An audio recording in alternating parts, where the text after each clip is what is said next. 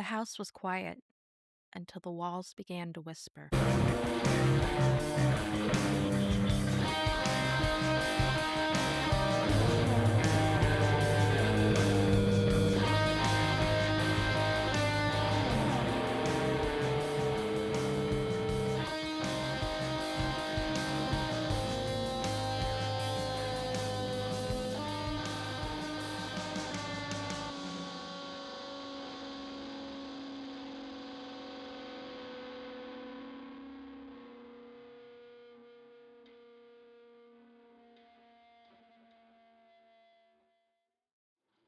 Welcome to Paranomenon. I'm Devin. And I'm Caden. So, we've had an eventful week, and I just want to share it with everybody because it was so wonderful.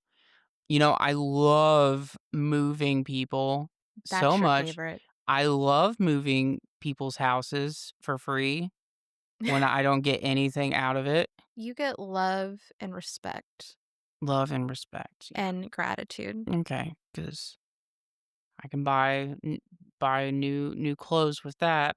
Um.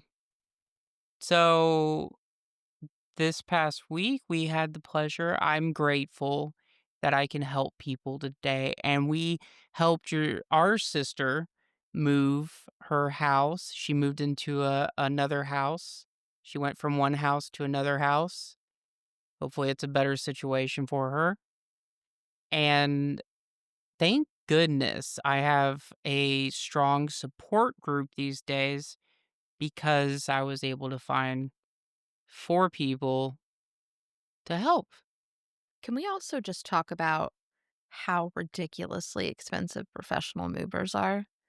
No. We got quotes. They were crazy. How much are professional movers? It was going to cost her like $1,300. Oh my god. It was wild.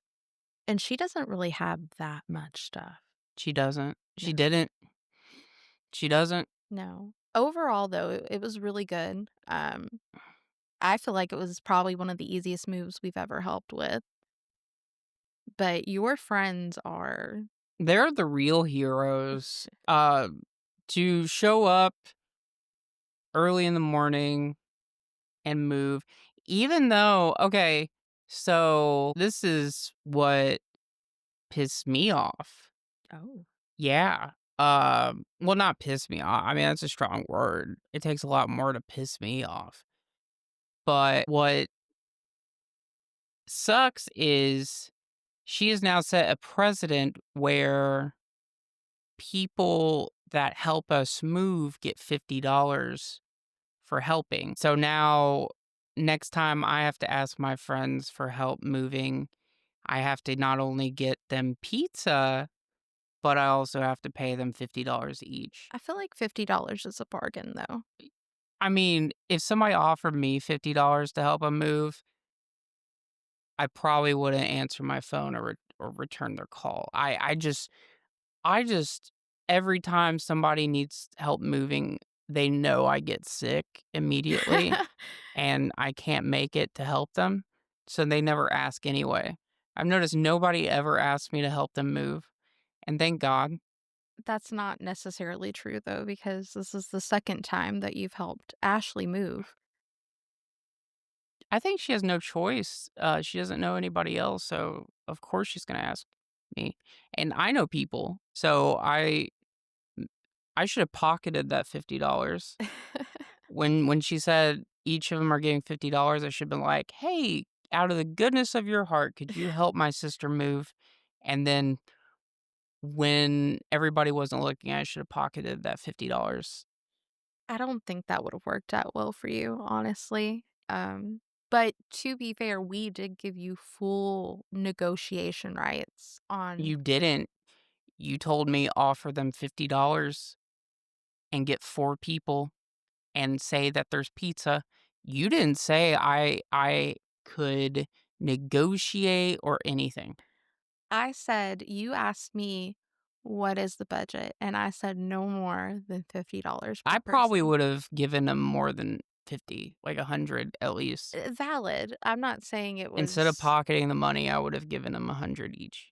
okay. Well, I'm glad to know that you are generous.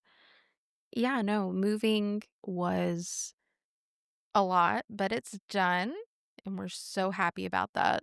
Um, And all my friends are really funny, your and friends are wild. they made it a lot of fun. They were hilarious the entire time. We found a tripod with a light, that your sister uses for makeup or some shit? Yeah, so she uses it to help with makeup and to take selfies, Yeah, but we were making OnlyFans jokes the entire time, and, like, we were too scared to touch anything because we didn't know what was on each which surface. is completely not And accurate also, like, feet pics, she's selling her feet pics on online, Feet Finder. Feet Finder to make ends meet. That was a lot of fun. I only talk to funny people, so I I mean, only get along with funny people, and all my friends were funny, and I really admire how they made, something as shitty as a move fun. That was really nice. well, I'm glad that you had a good time. I'm glad that it was a semi-enjoyable experience for Yeah. you. Overall, though, like I said, it went well. What else did we have happen? We went to a few haunted houses We this month. did. We did. Every day is Halloween for me as far as movies go. That is very true. When I wanna feel comforted, I just watch a horror movie. You know, you really like the, like, crappy B ones too. Like, the cheesier and the lowest quality, the better. I love practical effects and a lot of gore and bad acting. I love bad acting so much. And all that's also why I love haunted houses, when October comes around because they have well, I mean, they have bad actors, but, most of them do anyway. But the art that goes into their the scenery and, the makeup, the practical effects involved in the No, haunts. I agree. I really enjoy, like, a good visual set. I was really into tech theater in high school, so I really like a nice set and a nice costume. Sometimes they're not good, but that one that we went to right outside of Indianapolis, Hannah Haunted Acres, Hannah Haunted it was Acres, amazing. fantastic. It's Best one we've been to in forever, a really long and we time. go to a lot of them, so we're not gonna mention the ones we didn't like, No, no, but no. they used to be a lot better than they are these days. I will say, it is a little more expensive, but it's in Carmel, so it's a like a little subdivision of Indianapolis, and it was really good. There's, like, 5 or 6 different attractions within the complex. It's almost like a fairground. I guess that would be the best way to describe it, but there's little scenes to take pictures, and the sets are really good. There was a tarot reader in the middle, and Devin had his cards read, all of his friends had his cards read, that was really cool.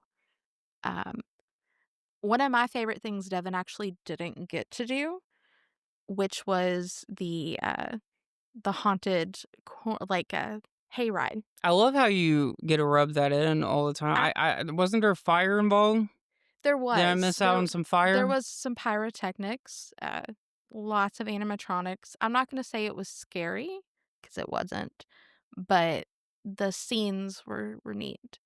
But overall, I think my favorite part was the corn maze Mhm. and the kids. Oh, yeah. They were running around like cartoon characters. They were like Scooby and the gang, the way they were running around. It was these 3 teenage boys, and they were going through there, and we kept running into them because it's a maze. So They you were get lost the entire time. We were just following the torches. I mean, we were kinda lost too for a For minute a there. second, yeah, because So I can't really talk too much, shit there, but but, we were out of there for 30 minutes, and they still hadn't come back out. Because I was watching them because they were hilarious the way they were getting scared, like, over dramatically scared at these people in costumes. They were hilarious. Um, I was dying laughing at the reactions.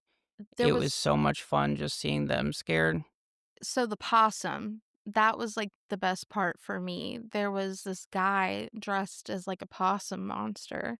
His mask was really cool, and I rounded the corner, and he was just right there, like, right in my face, in my peripheral, and so I jumped, and I said, "Oh, there's a possum," and then the kid behind me, he goes, "Oh, for real?"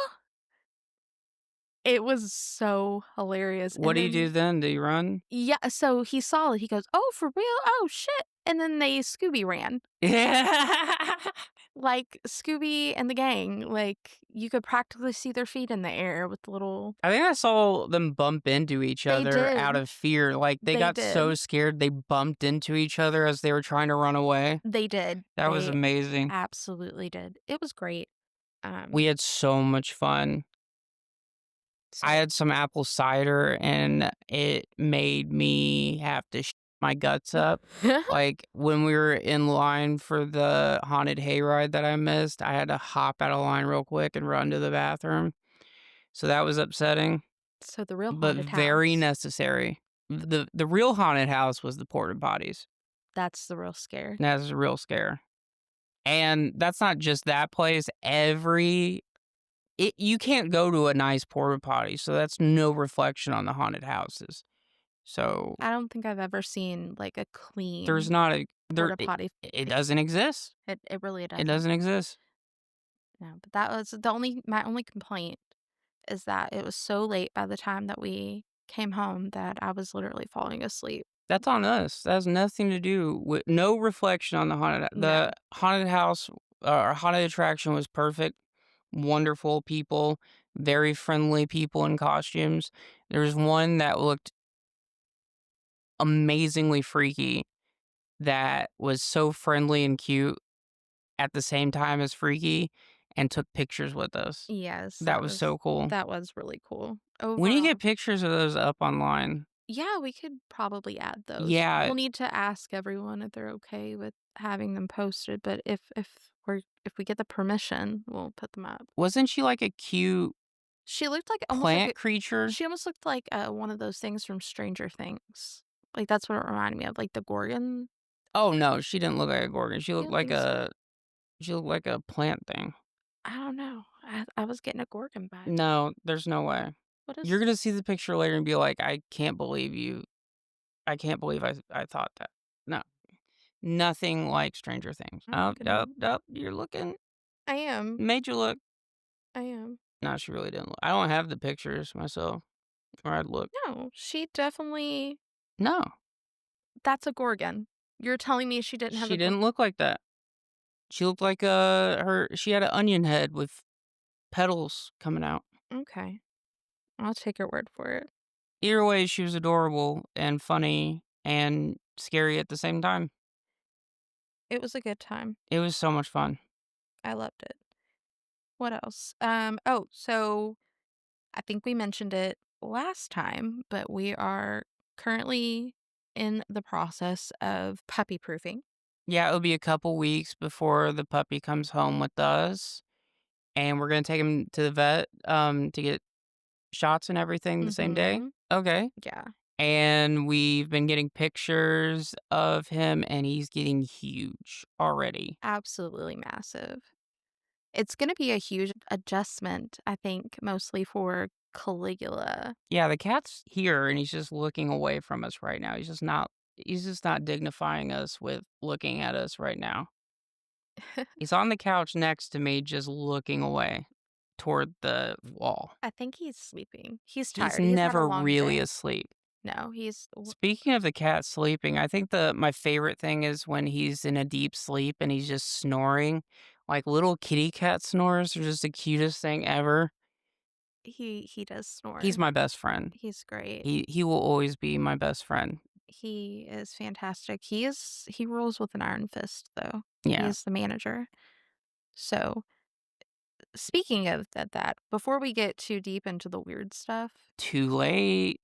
Fair, but Caligula told me we had to mention Paranomenon's Patreon. Yeah, he's the manager. He is everything. He is alpha. He is omega. So the theme of our Patreon is the cult of Caligula.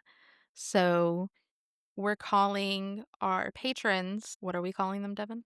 Disciples of Caligula. Disciples of Caligula. So if you want to join his cult or support the show, you can go to patreon.com/paranomenon. So that is Paranomenon.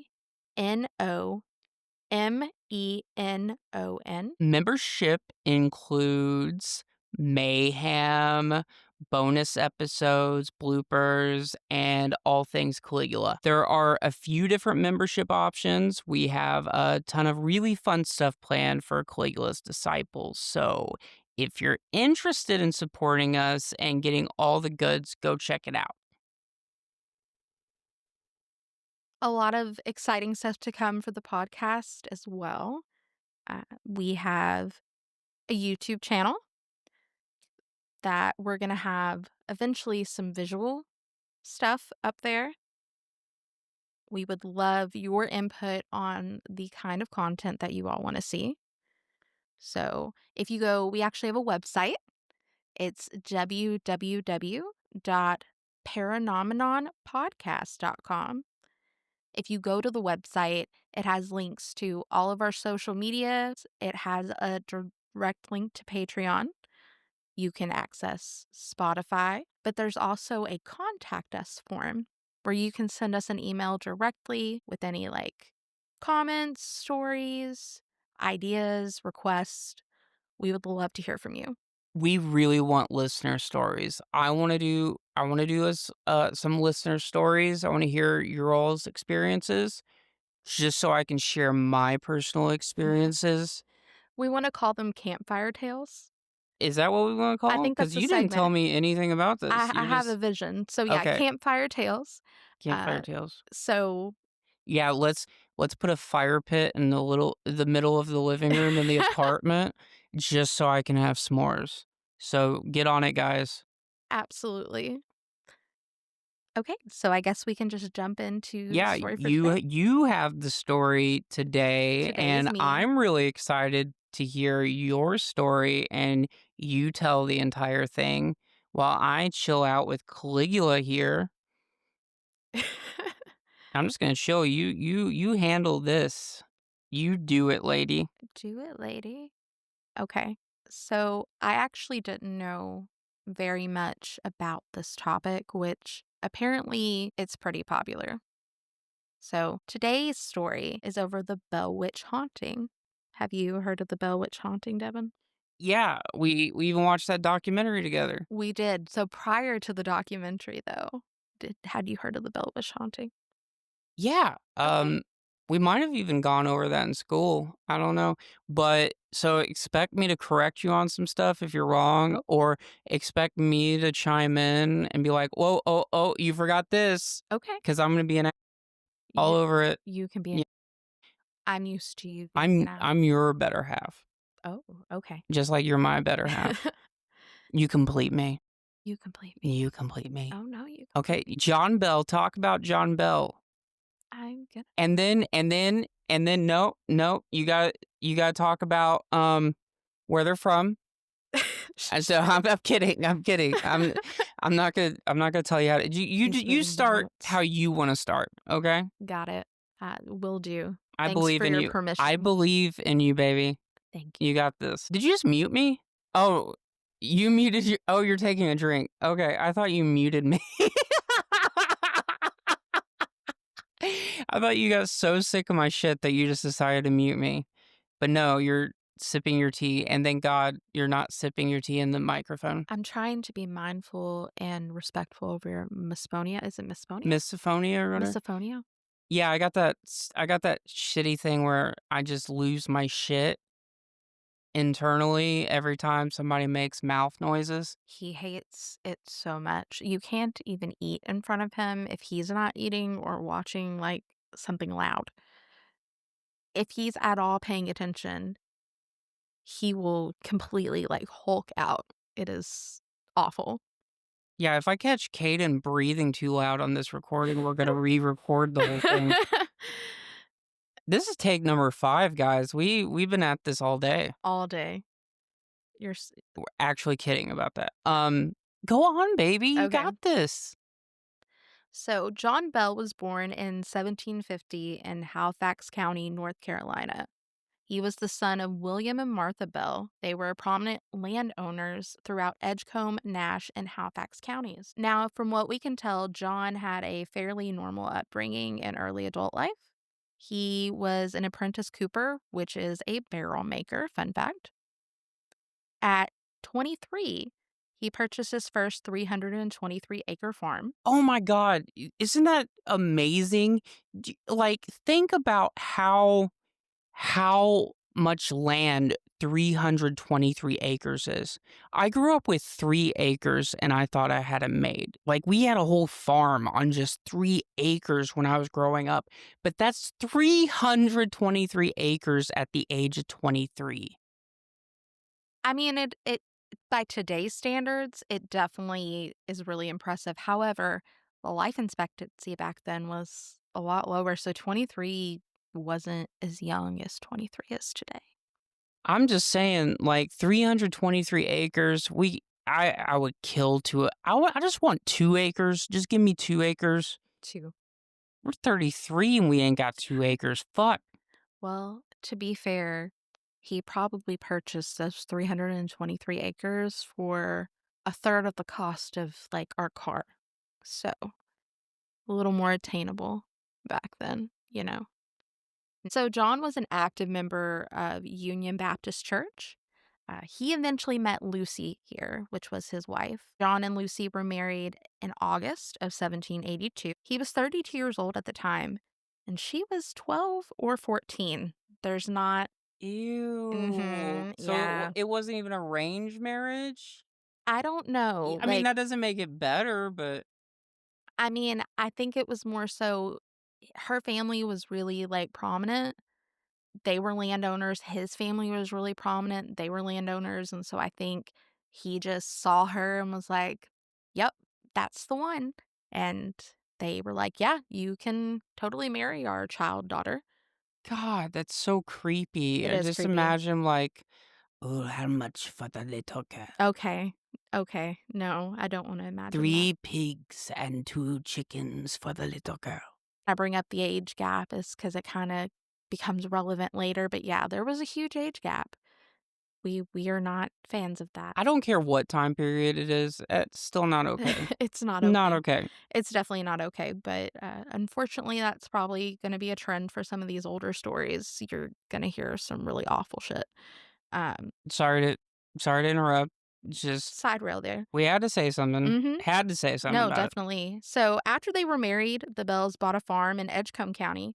They began amassing wealth and influence in the area. During that time, the Bells had many children. So they had Jesse, John Jr., Drury, Benjamin, Esther, and Zadok between 1790 and 1803. Overall, their time in North Carolina, very successful. So, in line with most wealthy landowners in the South in this time, the Bells did have slaves, unfortunately. I bring that up because it is talked about later on. Some of the encounters with the Bell Witch are directly from the slaves. So just wanted to highlight that. In 1804, John moved with his family from their home in Edgecombe County, North Carolina, over 650 miles to a town in present day Adams, Tennessee. I highlight that because 650 miles in the early 1800s, that is quite a journey. Is that kinda like Oregon Trail dysentery kind of a journey? It's not quite that extreme. That's like 2,000 miles, but it's still a lot.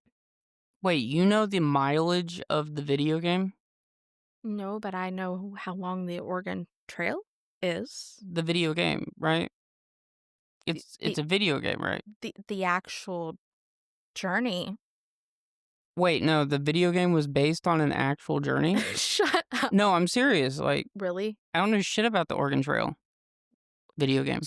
So that video game is based on a real thing? Yeah, people took the Oregon Trail to go to Oregon, and they died of dysentery. Like, it's based on the Oregon Trail, the Oregon migration, the Western expansion. Wow, they were just making video games based on anything at one point. I guess. It was educational. I really wanna play Oregon Trail now. You need to get me the Was Oregon that a Trail. good game? You never played it? I played it once, and it was terrible. I hated it. I always got dysentery. I I just like the challenge. Okay, well, I digress. Well, So I know nothing. I admit that I don't know shit about anything, especially dysentery? in wagon trails, like trails with wagons. So, you know how I have, like, a slight obsession with, like, the Tudor time period? So, like, 5th grade Caden had, like, an obsession with the pioneers. I really, really liked Little House on the Prairie, and I really, really liked anything about the Western expansion, like Lewis and Clark, like the wagon trails, the prairie life. That was my hyperfixation. I don't like any of that. I really like history, so I just don't like that part of history. oh, well, we're not the same. Okay, well, good. I don't wanna be the same. Okay, well, so they acquired a large piece of land right in present-day Adams, Tennessee. It was called the Red River Basin, I believe, back then. So they acquired a very large piece of land, they built a home, and they founded a successful plantation. During the first few years, the Bells welcomed 3 more children: Elizabeth, which they call Betsy, Richard, and Joel. John eventually becomes a deacon in the Red River Baptist Church and is a well respected member of the community. Overall, the Bell family is well liked and they have a relatively quiet life in the little town for over 13 years. But all of this changes on a seemingly normal afternoon in 1817. The day started out completely ordinary. John Bell, who is now 67 years old, went out to walk his property. As he walked through this cornfield, he noticed a strange animal between the rows. Now, being this is the country, seeing animals in the field is very common. They would frequently see deer, foxes, coyotes, dogs, and other various animals. But this time the animal was very peculiar. So this isn't an no ordinary animal in the field. No, no, not at all. So the animal, which was the size of a large dog, appeared to have the body of a dog and the head of a rabbit, which is creepy. You know, I bet it was a kangaroo. I bet it was a kangaroo, just a harmless kangaroo. And what did he do right when he saw this kangaroo? So John, being completely taken aback and never have seen anything like this in his entire life, decided to raise his rifle and shoot at the creature. But as soon as he takes his shot, the creature disappears right before his eyes. Okay, so that just says a lot about these people because my first reaction would be like, "Psst, psst, psst, psst, psst, psst, come here, come here, come here. I just want to pet it. I just want to pet whatever it is. I mean, if it looked anything like a rabbit, I bet it was cute. I think that you just have a really bad sense of preservation when it comes to animals. I know, like, your dream, so Devin's dream is to own, like, he wants a pet raccoon. Like, if I saw a raccoon in the woods or outside on the street, I would try to pet it. And that is why he's not allowed to go anywhere by himself. No, I'm just playing. I'm married to Kaden because she protects me from doing stupid things like petting creatures that could be rabid. Because Caden has an unnatural fear of rabies. But I would still try to pet that raccoon. Those raccoons are cute. Let's just talk about rabies for a second and N how terrifying rabies is. So you think this kangaroo had rabies? It could have had rabies, who's to say? The ghost kangaroo? The ghost rabbit, it kinda reminds me of a jackalope. I know, I was thinking of jackalope earlier. I was gonna say something about jackalope, but it didn't have the antlers. Well, that we know of. Okay. So this thing, like I said, it disappears before John's eyes. He's pretty shaken up, so he's like, I'm gonna go home. Just gonna go home. So this is kind of the starting point. This is the tip off because from this point, things really start to get weird. See, this was a test. Is John Bell a lover of animals? And if he loves animals and doesn't shoot at this jackalope or kangaroo, I'll spare his life and I won't haunt his entire family for the rest of their lives. And he failed that test. See, I wouldn't be haunted after that. I would go get treats and I would feed the rabbit creature. But he was like, this looks like the devil. I want to send it back to hell as soon as possible. And he shot that creature. I mean, that is a valid theory. That was his transgression. Yep. Every horror story has a first transgression of the victim, and they make their transgression, and then they go through hell, and they eventually get killed by something terrible. And this was his transgression. I'm telling you, you know, you may not know it yet, but things get really bad for John Bell. I'm just telling you. I'm sorry to ruin the story, guys, but things don't go great for John Bell. No, they definitely don't. The cat's just glaring at you. You have angered the manager. I know, I'm sorry. Now he's looked away. So that same evening, the family sits down for dinner. John hadn't given the sighting earlier that day much thought at all. But after dinner, the family began hearing beating sounds outside the walls of their home. When they went out to investigate, there was no one there. And this is a trend that continues. As the days go by, the noises become more frequent. Their family hears more knocking and scratching, and this is happening on the walls, doors, windows. Again, no logical explanation. They also describe the sound of chains rattling across the roof and rats chewing on their bedpost at night while they try to sleep. Every time the Bells investigated, they could not find a single source for these strange noises.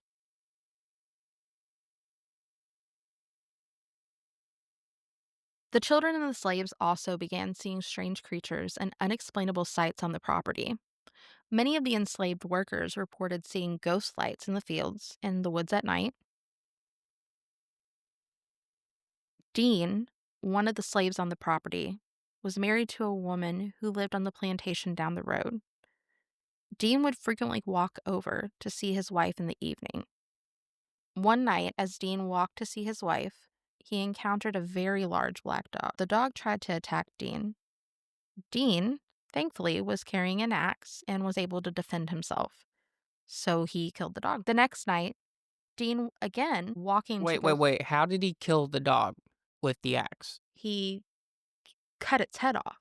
Okay. It's you gotta make that clear Oh, because okay. that's important. Okay. If you think about the Hydra, Okay. think about the Hydra. Yeah. So the next night, Dean, again walking to go see his wife, encounters that same dog that he had killed the evening prior. But the dog now had two heads. As the dog approached, he began speaking to Dean, and he did not have many nice things to say. I wanna know what he said. I also want to know what he said, but I found no, like, dialogue. Honestly, if I saw a two-headed dog, I'd be out of there before because if I saw a two-headed dog, my first thought wouldn't be like, "Hey, I wonder what this dog has to say to me, because it might have something important to tell me since it's looking at me." I would run immediately. Well, that's what he did. So he just ran away. Um, Yeah, after listening to what he had to say. well, I'm sure he was caught off guard. I'd be It's like, not every, "You dog." it's not every day you see a two-headed dog Yeah. from hell, because it sounds like Cerberus from Hercules. For the record, Cerberus had more heads. Wait, does this dog grow more heads? That is not ever mentioned.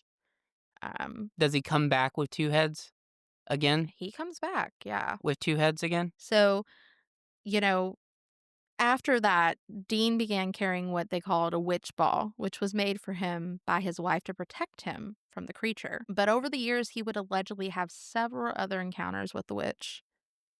Dean would go on to claim to see the two-headed dog several times throughout the years. He would also allege that the witch turned him into a mule and that his head was split open by a large rabbit. That Dean's head was split open? Yeah. He would allege that a large rabbit split his head open. How did he fix his head? I don't know.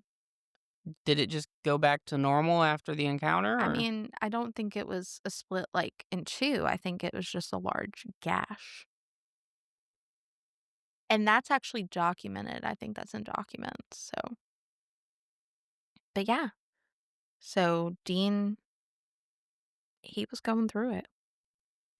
So, another instance, Betsy, Richard, and Zadok Bell, the three youngest Bells, were playing one afternoon near the cave on the property. While they were running around, they saw something hanging from a large tree in the distance. The three went to investigate and they discovered what appeared to be a woman hanging from the tree wearing a green gown. As they approached, the weather started to change and the temperature dropped. There was a visible chill in the air. everything that you're describing to me can all be explained away by kangaroos. I think everything that is happening is just kangaroos. Kangaroos. Like the big rabbit that split his head open definitely sounds like a kangaroo. Yeah. This lady hanging from a tree, definitely kangaroos. I'm just saying, I think I solved the Bell Witch. You keep going, but I think everything could be explained away by hordes of kangaroos, and they just don't know what kangaroos are. Hordes of kangaroos in rural Tennessee. The banging on the walls, the scratching on the bedposts, kangaroos. Kangaroos? Kangaroos. Kangaroos. So the woman actually appeared to be crying, and then they kept staring, and then she just vanished right before their eyes. This obviously freaked them out, so they ran off, and they ran home, and they tried to tell everyone what happened to them. No one believed their story, at least at that time. This was before things got real crazy. There are a couple different variations of the story. Sometimes she's just swinging from a tree, other times she's hanging by a noose. But either way, really traumatic for the children. Yeah, no matter how she's swinging from the tree, regardless of how you think, if you imagine it, any which way she's swinging from the tree is a little disturbing to find in the forest. Yeah, no. And then she just disappears right in front of your eyes. That's horrifying. So, as the noises continued, the strange phenomenon began to escalate. The family started hearing whispers. They started having their blankets ripped off their beds while they slept, and unseen hands were tugging at their hair, arms, and legs throughout the night. Every night, the behavior seemed to intensify. Betsy and John Sr. seemed to be the prime target for the entity's physical attacks. They received the brunt of the pulling and the pinching. It just really wasn't a good time for anyone, and it just seemed to be getting worse. After a few weeks, Betsy decided she would fight back the next time, but this would lead to her being brutally attacked. She was slapped so hard in the face that welts were left, and it liked it so much that it kept slapping her in the face after this occurrence. Like, that was a frequent thing that would happen to her. My favorite person in this story, can you guess who my favorite person in the Bell Witch story is? I have a feeling you're going to tell me exactly what I think it is. Th- The Bell Witch, Kate Batts. She's my favorite. Oh my God. Because from what I've heard about this witch, she's hilarious. I mean, We'll get to it. I'm not for beating up little girls, but I'm saying, like, I think she was slapped around because she was John Bell's favorite and she just hates John Bell. Is that your theory as to why Betsy was the prime target? Yeah, I doubt Betsy really did anything that bad to warrant so many beatings. So I think she was just trying to get to John Bell by beating up his favorite little girl. So, my theory is it's because she tried to fight back. I think she's the only one that attempted to, like, try this thing, and it didn't like that. So it really wanted to make sure that she understood her place, which was to be terrified and not brave. Uh, but yeah, no, it continuously attacked her after this. So over time, the violent attacks became way more frequent. The voice, which just started out as an inaudible whisper, grew into an audible voice. The voice was an old woman, and she would sing hymns and mock the family. So now, not only are they getting beat up, they have all the scratching, and now they're getting made fun of too, like mocked Yeah, I know.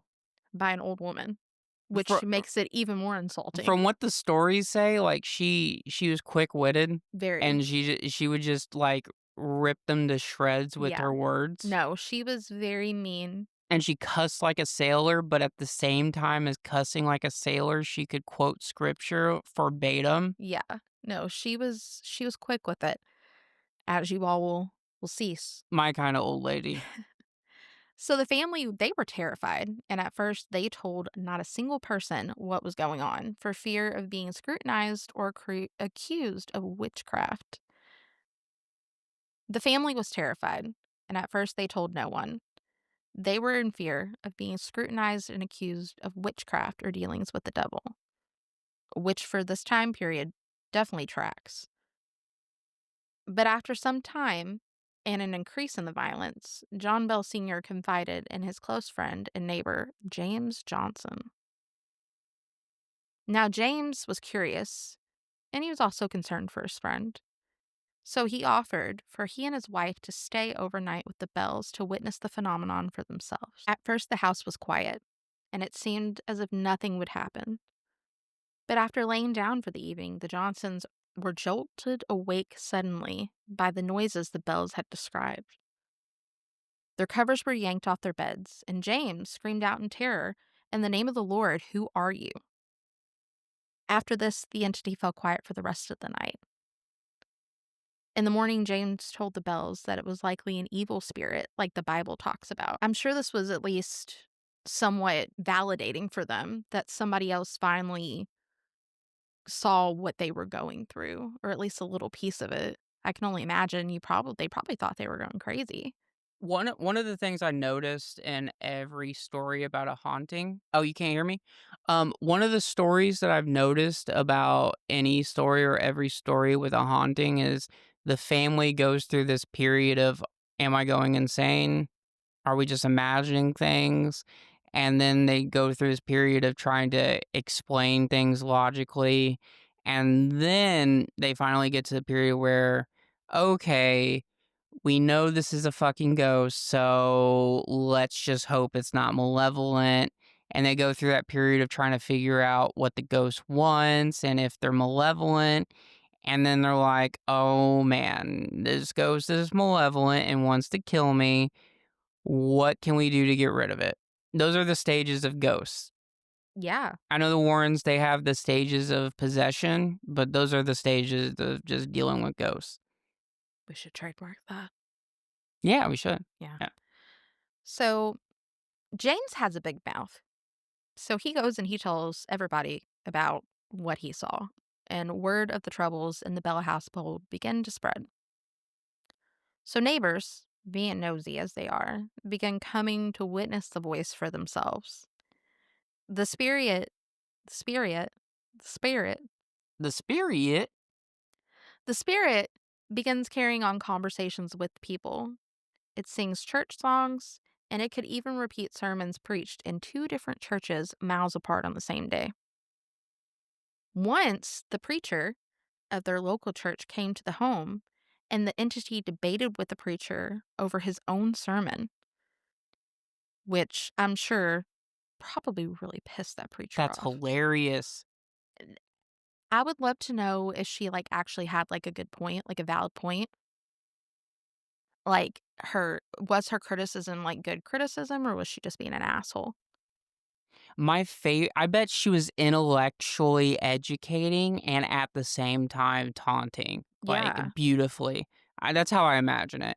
And My favorite part about this entire ghost story is that people would come to exorcise her, and she would correct them on their interpretation while they're trying to perform the exorcism. which is like an elite level of just straight I can't say that word, but you know what word I'm thinking about, the C word. What C word? See you next Tuesday.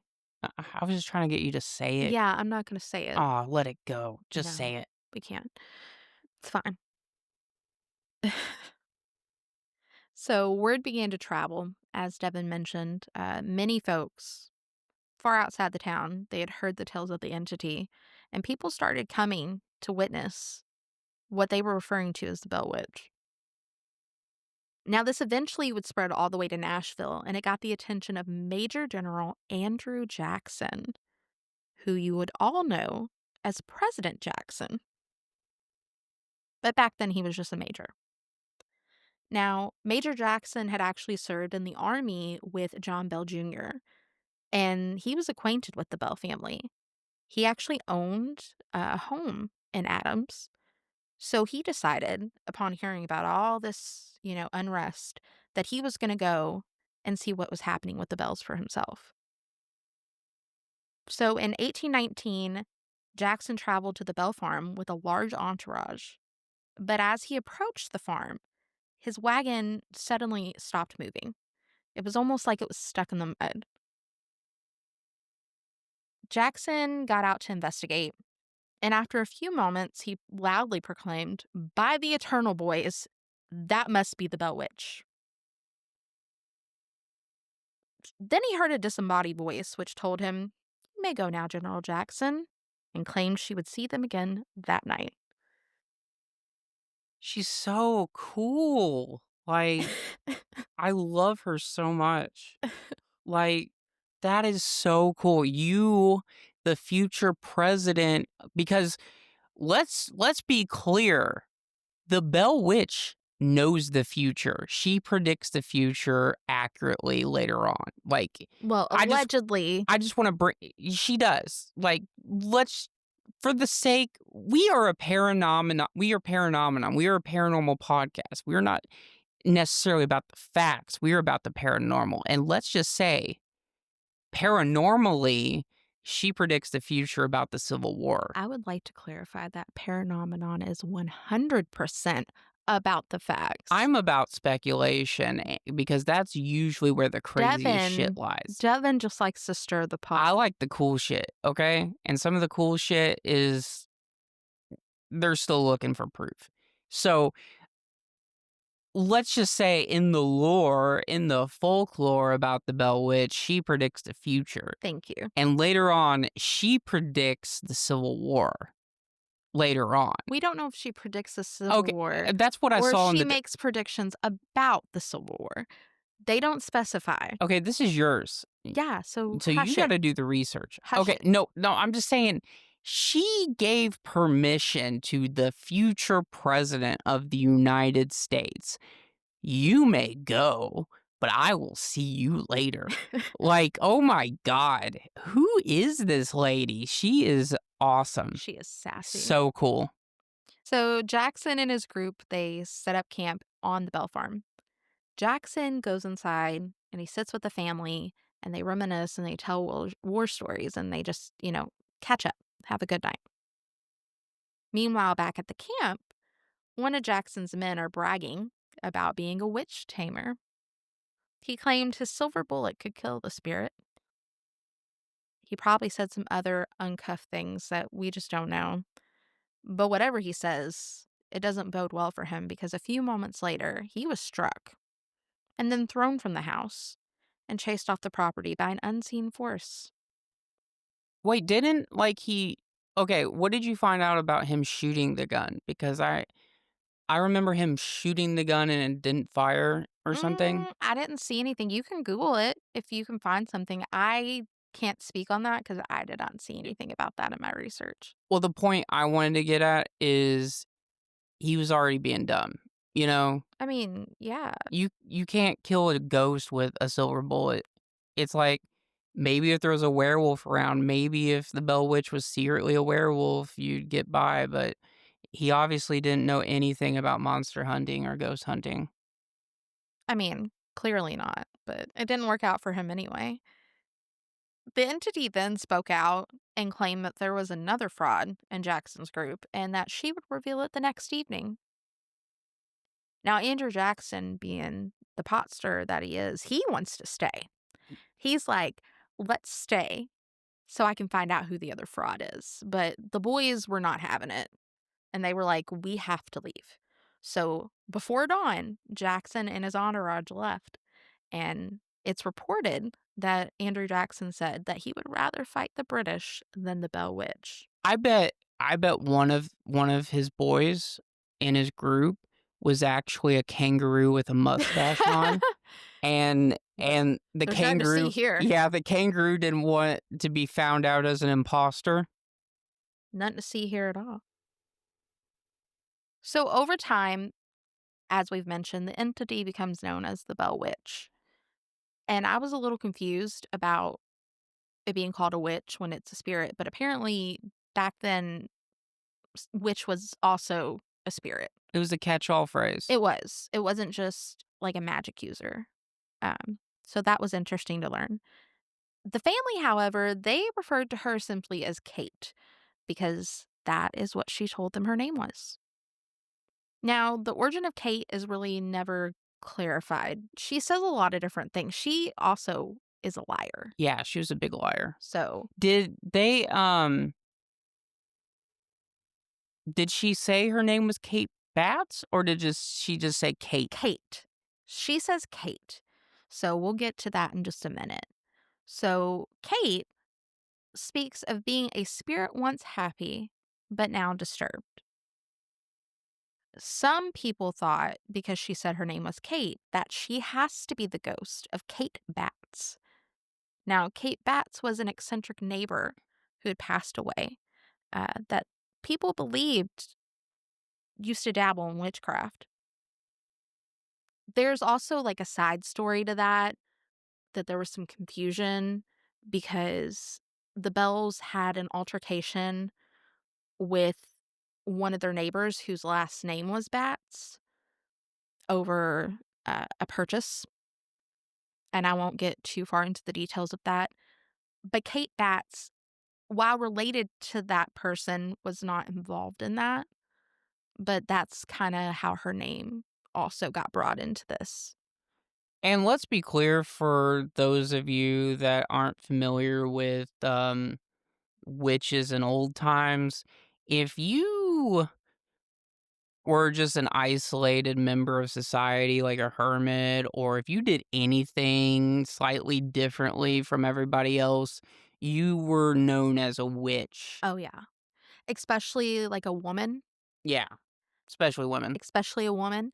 Uh, but yeah, so people thought that she might have dabbled in witchcraft. Others believed that Kate, the spirit, was the spirit of a native because a native burial ground was actually found on the Bell's property. One of the sons unearthed the skull and brought it to the house and allegedly lost a tooth from that skull and it fell under their porch. At least that's what Kate told them. The Bells, when they heard this, were like frantic and they spent a whole day digging up the earth from under their porch trying to find this lost tooth. And now Kate just sat there and watched them and enjoyed the show. And then later on, she actually started laughing at them and called them fools and told them there was no tooth. There's nothing there. Yeah, after they dug everything up and went through all this trouble, she just taunts them and laughs at them and their She stupidity she for really believing her. no, she really just liked to mess with them any way she Dude, I possibly I could. hope when I'm a ghost, I'm that cool. Yeah. Like, what better way to spend your afterlife than with humans? Messing with humans? Cut that, because I already used my quota for the day. You did. So Kate primarily manifested as an old woman, but there were times that she actually manifested as multiple entities, sometimes other women, sometimes children.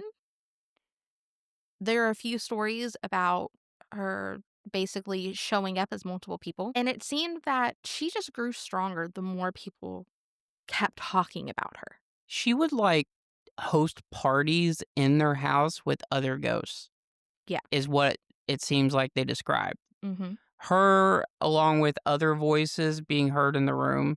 So there's just a bunch of different ghosts mingling in their house while they're there, and she's just throwing a party hosting other ghosts. That's what it sounds like to me. I mean, yeah, there's a ton of crazy instances where different characters basically show up, but the theory is it's all actually just Kate, and she's just really good at acting. You know who else is really good at acting? Who? Kangaroos. It was definitely It was kangaroos. definitely kangaroos. So, while the Bells were the primary target of Kate's torment, other members of the community actually started claiming that they were visited by her. Many claimed to hear her singing or her criticism of their works and their homes. One man specifically, William Porter, claimed one night while he slept, the witch climbed into bed with him and attempted to seduce him like a succubus. Didn't they have, like, favorable conversations at the Bell House or whatever? William Porter? Yeah. Yeah, I guess Weren't he they, had. like, pretty close? I don't know if they were pretty close, but she definitely took, like, a liking to him, Mm. and they would Yeah. they would talk apparently at the house, and I guess she just took it as She was just trying to get some, some strange midnight delight. midnight delight. Uh, so William, as this is happening, decides this is his opportunity, and he's gonna catch her. So he wraps the quilt around the spirit, and then he picks her up and starts carrying her to his fireplace because he's gonna throw her in the fire because that's gonna solve everything. As he carried the form, he went on to say that the body grew incredibly heavy and hard to carry, and then he began smelling an awful smell of sulfur.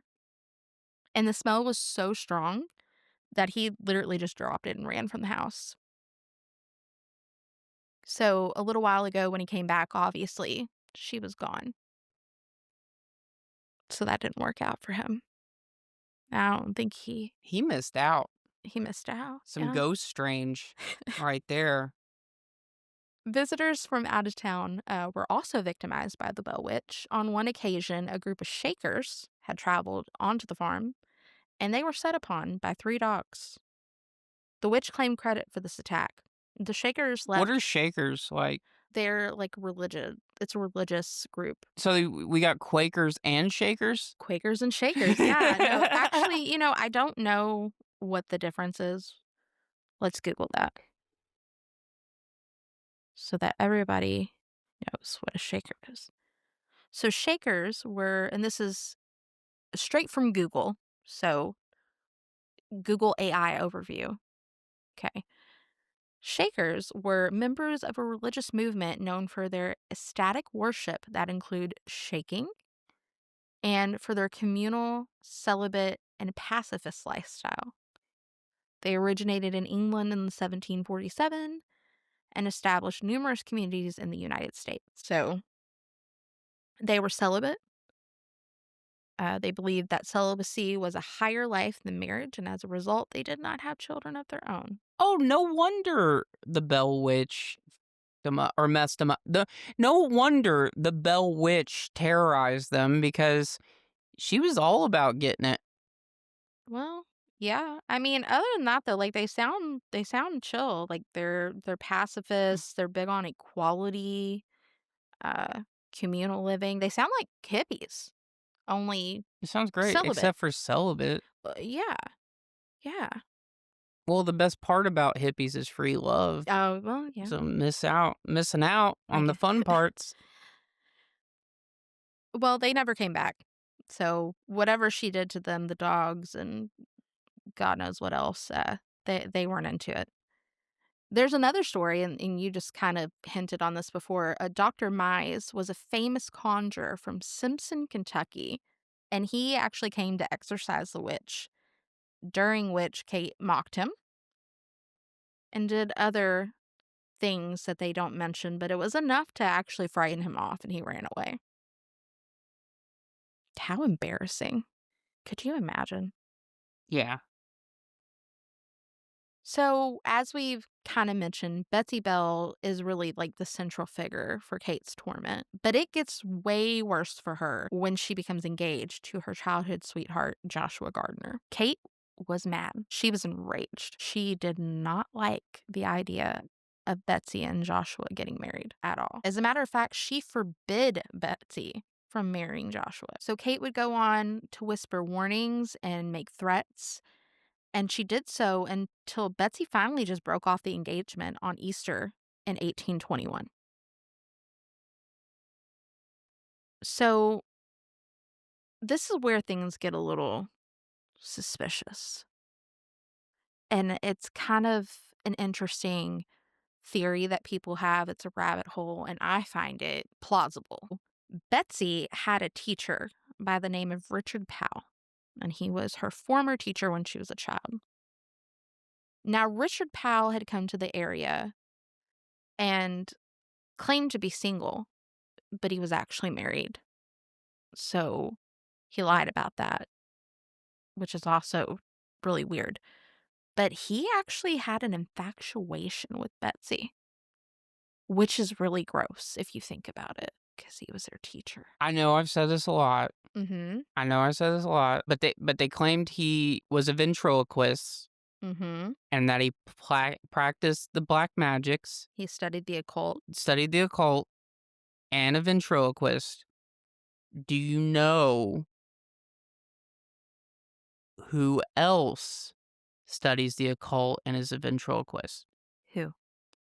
Kangaroos. Like, I really think that Professor Richard Powell was just a kangaroo in a mustache. Plus the infidelity, kangaroo in a mustache. Them damn kangaroos. Well, that to say, when Betsy ended her engagement, Kate actually quieted down. So she was pacified for a moment. But before long, she came back, and John Sr. was the prime target at that point. So John had always been like the central figure of Kate's hate. She called him Old Jack Bell. She cursed him almost daily, mocked him. She threatened to kill him on multiple occasions. Yeah, she said she wasn't leaving until John Bell was dead. Yeah, she said he was just a vile person, and she wanted to kill him. And she never explained why, like what No, he did. And we'll no, never know what he did. no. Of course, Devin's theory, we all know it's because he tried to kill the jackalope. The kangaroo. The It kangaroo. was a kangaroo. Okay, it's a kangaroo. He tried to kill the kangaroo. Uh, so over time, he developed his health just really started taking a turn for the worse. He developed facial twitches, difficulty swallowing, seizures, and all that worsened up until 1820. So about spring 1820, it got to the point where he really couldn't even leave the house anymore. The witch declared she would kill him. And then on December 20th of 1820, she apparently succeeded in her quest. John was found dead after slipping into a coma a few days before, and there was a black vial of liquid discovered nearby.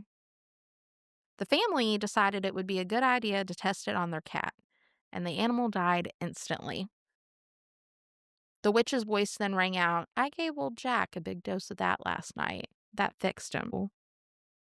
I think this is like one of the first instances where someone's murder was actually like officially blamed on a spirit, like cause of death, murder by ghost. No. No? A lot of people, we'll dive into some more stories, but there have been occasions where people have died by ghosts from heart failure.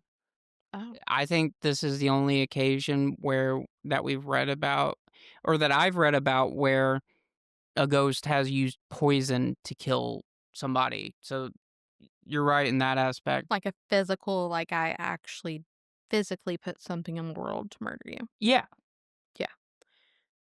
So John had one of the largest funerals that the county had ever seen. Hundreds of people came to pay their respects.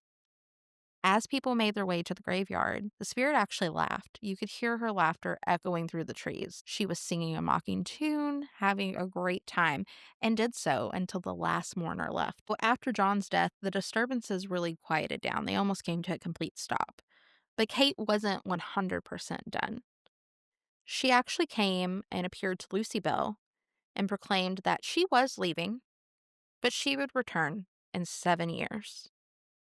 And in 1828, she did. She kept good on her word.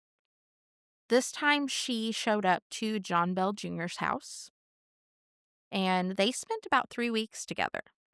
They discussed religion, civilization, and prophecies, as Devin had mentioned, about the Civil War and other future events. After those 3 weeks, she disappeared again, but she promised to return 107 years later.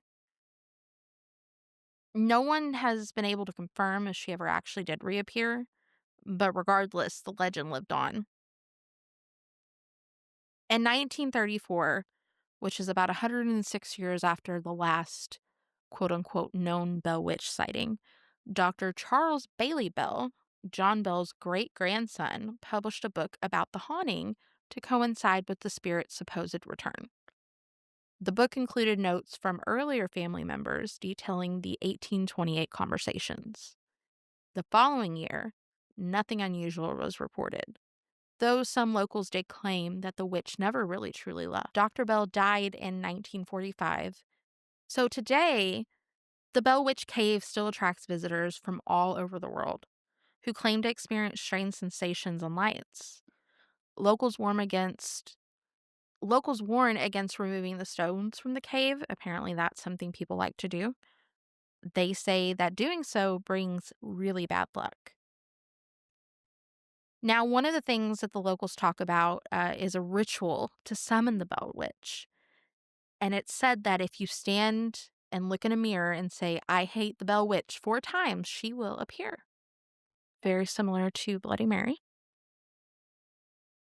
In the 1950s, a group of teens from Nashville drove up to Adams and they stole John and Lucy Bell's headstones, which is really sad. They actually never found the headstones. The next day, one of them died in a car crash, and the rest were so freaked out that they dumped the headstones. They were convinced that they were cursed by the Bell Witch for stealing them. One of the things that I remember, because I was listening to, I don't know if I heard it on That's Why We Drink, because I love that We love, we and love that's that why we podcast. drink. We love that podcast, or the documentary, but I remember hearing that Lucy Bell and the Bell Witch got kinda close. Like, she loved and really felt for Lucy Bell, Mhm. and it's like, I bet they talk shit about John Bell together, you know? Like, she was that one friend. Well, see, I don't think so, because if you think about it, she was torturing her children. I think that Lucy Bell just didn't know what to do about the situation and was trying to, like, appease the spirit, maybe hoping that it would stop beating the crap out of her kids.